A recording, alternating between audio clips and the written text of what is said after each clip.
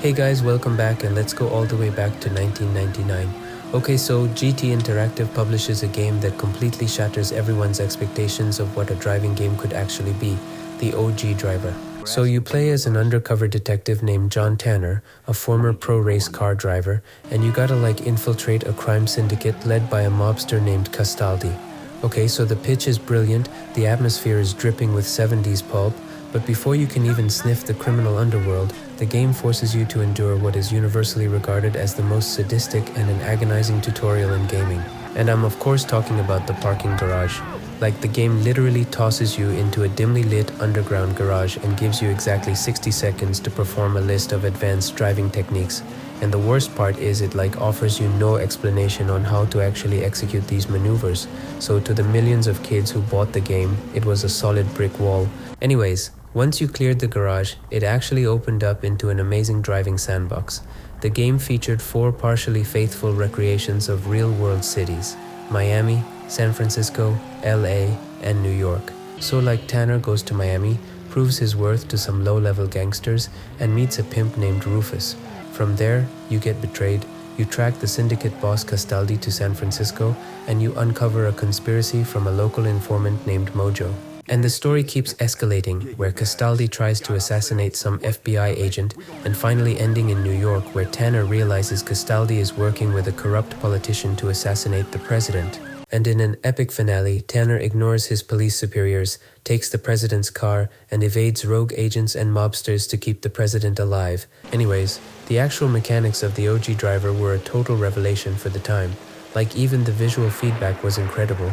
Hubcaps popped off during tight turns, the chassis deformed upon impact, and the police AI was aggressive and psychotic. And the positives of this game vastly outweigh the negatives. Sure, the difficulty spikes could be brutal, and some of the later missions felt like pure trial and error, but it didn't matter. Selling over 4 million copies, the first game is a certified masterpiece that laid the groundwork for the franchise.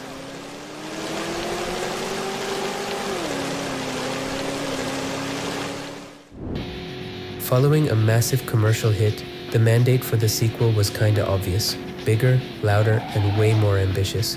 Released in late 2000, Driver 2 took everything people loved about the first game and cranked it into overdrive. Tanner returns, and this time he's accompanied by a new partner, Detective Tobias Jones. So the boys are on a manhunt for a mob accountant named Pink Lenny. Lenny has defected from a Chicago crime boss named Solomon Kane and is now working for a rival Brazilian kingpin named Alvaro Vasquez.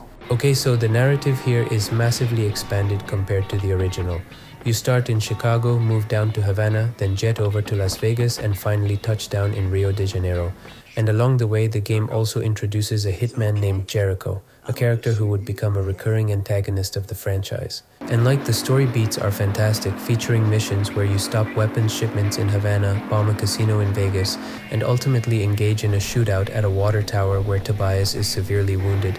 And the game ends with Tanner chasing Lenny down to a crashed helicopter in Rio. Anyways, mechanically, Driver 2 introduced a feature that fundamentally changed the series forever, you could actually get out of the car. This then let you abandon damaged vehicles, steal other cars, and explore areas hidden throughout the cities. And the world design also saw a huge leap forward. So instead of those grid-like 90-degree intersections of the first game, Driver 2 had curved roads, flyovers, and way more intricate city layouts. However, this insane level of ambition came with some pretty severe gameplay negatives, because the cities were so large and Tanner could walk around, the actual on-foot controls were very stiff and clunky. Furthermore, the driving physics took a slight hit. The tight handling of the OG game felt noticeably looser and floatier here, making precision driving a lot more frustrating. But despite the clunky walking mechanics and the floatier driving, the sheer ambition of the game won people over. Overall, Driver 2 was a great sequel, even if its reach occasionally exceeded its grasp.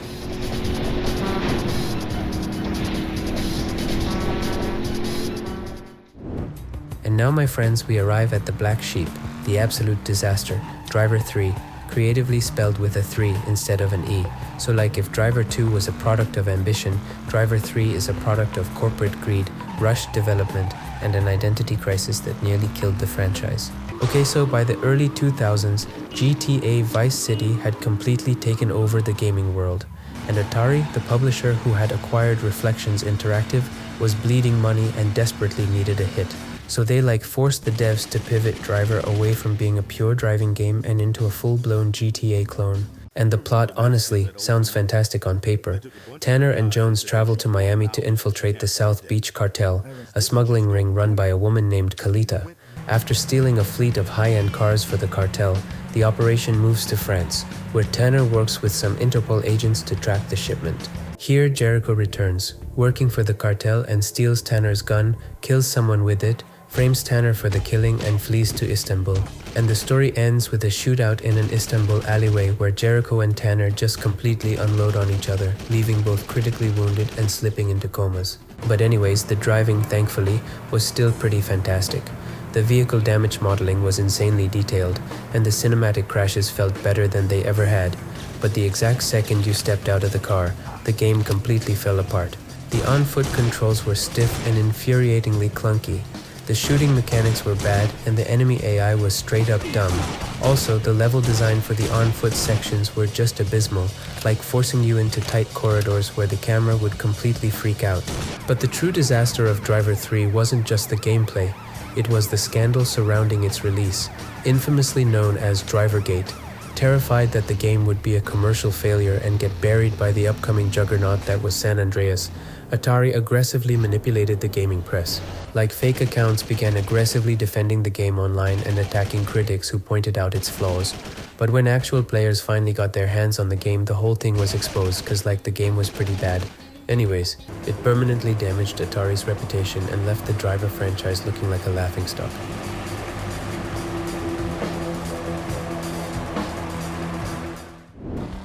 Okay, so after the catastrophic fallout of Driver 3, Atari was in deep trouble. And desperate to salvage the series and win back the fans, Reflections went back to the drawing board for the fourth installment. And they realized that trying to beat GTA at its own game wasn't possible, so they stripped away a lot of the clunky on-foot exploration and refocused the gameplay almost entirely on what made the series great in the first place, the driving. And the result was Driver Parallel Lines, released in 2006. Okay, let me tell you right now, this game is kind of an underrated masterpiece that was largely ignored because of the last game. So you play as a hotshot getaway driver in 1978 New York, known only as TK. Okay, so TK is an arrogant but a talented driver who falls in with a crew of criminals, Slink, Bishop, Candy, and the Mexican. And this entire crew operates under the protection of a dirty undercover detective named Corrigan. Okay, so the crew plans a major kidnapping operation to snatch a Colombian drug lord and ransom him back to the cartel. You successfully grab the guy and get the cash, but Corrigan double-crosses you, kills the hostage, steals the money, and frames you for the entire thing. So then TK is thrown into prison for 28 years and is finally released in 2006 as a hardened ex-con looking for blood. So when you step out into the open world, the entirety of New York City transforms around you. The funky 70s aesthetic is completely replaced by a neon-lit modern era. The vehicles update from classic gas-guzzling muscle cars to modern sports cars, the pedestrians change their fashion, and even the weapons evolve. And you set out on a revenge mission, hunting down your former crew, who have all become powerful kingpins with Corrigan now as the police commissioner. The storyline is tight, well-paced, and deeply satisfying as you pit them off one by one. Furthermore, the gameplay improvements here were also kinda big. The police AI was also overhauled with a new heat system. The game also had a fantastic car modification system, letting you upgrade engines, tweak suspensions, apply custom paint jobs, and even bulletproof your windows. While it sadly lacked the cultural impact and massive sales of the OG game, Parallel Lines proved that Reflections still knew how to make a good driving game. It's a phenomenal experience that deserves way more love.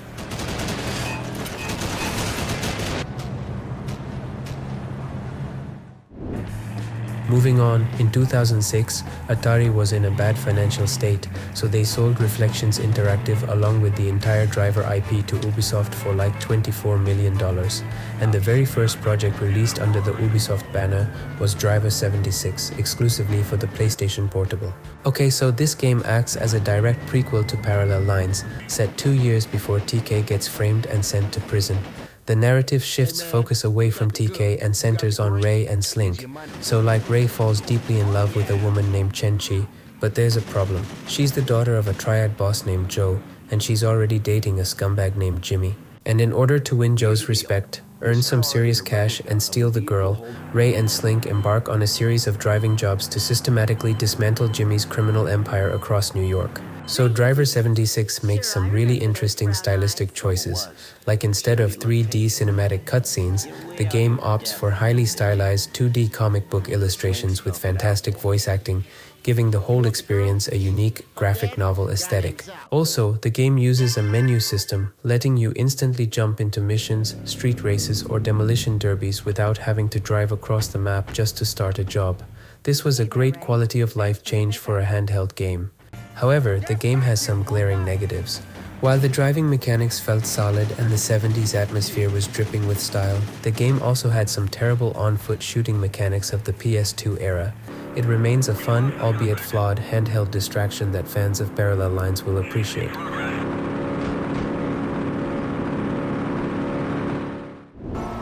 Okay, next up we have Driver San Francisco, released in 2011, and let me tell you, this is peak Driver and is arguably the most creative and innovative racing game ever. The devs finally realized that getting out of the car was simply a bad idea, and so the mandate for this game was kinda simple, like you never leave the driver's seat. Okay, so the plot picks up immediately after the ending of Driver 3. Tanner survives the Istanbul shootout and returns to San Francisco, and Jericho, having also recovered, makes a breakout from a prison transport van. Tanner then chases him, but during the pursuit his car is hit by a semi-truck. So he falls into a deep coma, and the entirety of the game actually takes place inside his comatose brain.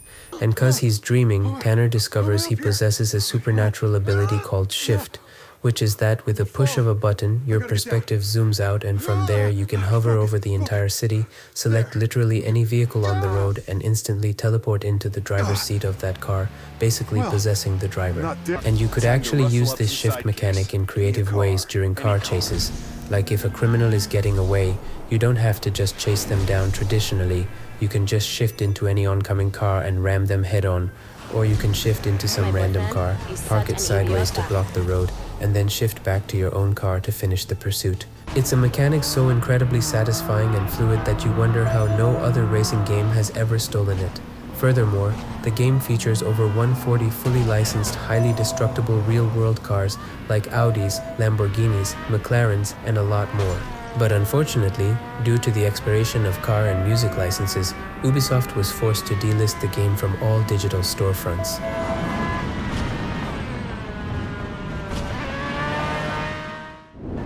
Released right alongside San Francisco, Ubisoft decided the newly launched Nintendo 3DS also needed some racing action, and the result was Renegade 3D, a game that feels like it was written by an edgy 13-year-old who just discovered swear words and energy drinks. So the plot serves as a prequel, bridging the gap between Tanner's early days and his later adventures. So he's sick of the police bureaucracy, quits the force, and goes on a rogue mission to take down 5 crime lords who are currently dominating the streets of New York. And like the defining characteristic of this game is how unbelievably edgy and aggressive it is. Like Tanner screams constantly, the voice acting is just awful, and the dialogue is so cheesy it verges on self-parody. Also, the gameplay reflects this intense anger with a literal rage bar. So like as you drift, jump and smash into stuff, the bar fills up, giving you a speed boost that practically obliterates any vehicle you hit. And while the 3D effect on the handheld was actually pretty neat and the cars handled decently, the game was very short, extremely repetitive, and critically panned for feeling like a cheap, rushed launch title designed simply to cash in on the brand name.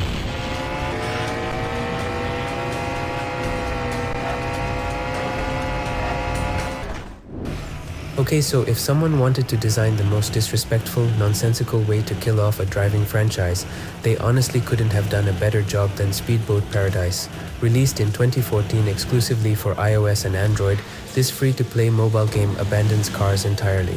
That's right, a franchise literally called Driver, built entirely around 70s car chases and burning asphalt, decided its grand finale should be about driving fucking speedboats. The plot forces you into the role of a rookie boat racer who's inexplicably recruited by a now much older Tanner. So like Tanner wants you to help him dismantle the mafia by, I wish I was making this up, participating in illegal underground speedboat races. The gameplay is basically swiping on a touch screen while being completely suffocated by aggressive microtransactions, energy meters, and loot boxes. It's a miserable game that fundamentally misunderstands everything that made the franchise great. It's a tragic end to a legendary series.